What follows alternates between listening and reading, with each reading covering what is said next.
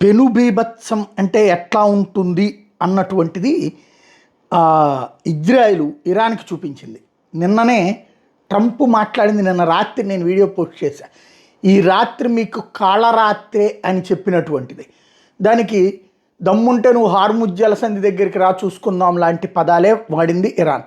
But air defence systems కోట్ల రూపాయలు, వేల కోట్ల రూపాయలు ఖర్చు పెట్టి కొనుగోలు చేసినటువంటి చైనీస్కి సంబంధించినటువంటి ఎయిర్ డిఫెన్స్ సిస్టమ్స్ ఎందుకు పనికి రాకుండా పోయిన తర్వాత భూమి మీద నుంచి దాడి అయితే కష్టమేమో కానీ గాల్లో నుంచి దాడి ఎంత ఈజీగా చేయొచ్చు అన్నటువంటి దాన్ని నిరూపించుతా ఇజ్రాయెల్ నిన్న రాత్రి ఇరాన్కి సంబంధించినటువంటి ఆయిల్ ఇన్ఫ్రాస్ట్రక్చర్ మీదన ఎడతెరిపి లేని బాంబులు విసిరింది. గత కొన్ని రోజుల నుంచి గల్ఫ్ దేశాల్లో ఉన్నటువంటిది, బహ్రెయిన్ కావచ్చు, సౌదీ అరేబియాలోని ఆరామ్కో కావచ్చు, అలాగే దుబాయ్లో ఉన్నటువంటి ఆయిల్ క్షేత్రాల మీద ఇరాన్ ఏం చేసిందో, అంటే వాళ్ళ ఆర్థిక మూలాల మీద దెబ్బ కొట్టే కుట్ర ఏదైతే చేసిందో అదే పని ఇప్పుడు ఇజ్రాయిల్ అమెరికా కలిసి ఇరాన్ మీద చేసినాయి.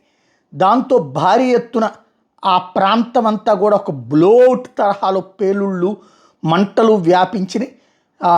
ఇదిగో ఇది విజువల్ ఎలా ఉందో చూస్తే అర్థమవుతుంది కదా. ఇదేదో మనం ఇదివరకు మన అమలాపురం బ్లోఅవుట్ కనబడింది గుర్తుంది కదా, ఆ టైప్లో ఉంది కదా. ఇది బాంబులు వేస్తే వచ్చిన బ్లోఅవుట్ అనమాట.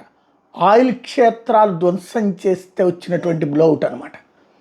పెను బీభత్సం సృష్టించింది ఇజ్రాయిల్ అమెరికా కలిసి. ఇది ఇజ్రాయెల్ వేసిన బాంబు. అందుకని ఇజ్రాయెల్ మీడియా ఫోకస్ చేసింది. ఇజ్రాయెల్ చేస్తున్నటువంటి విధ్వంసాన్ని ఇజ్రాయెల్ మీడియా, అమెరికా చేస్తున్న విధ్వంసాన్ని అమెరికా మీడియా ఫోకస్ చేసుకుంటున్నాయి. విధ్వంసం అనేటటువంటిది ఇవాళ విజయ సూత్రం అన్నమాట వీళ్ళకి.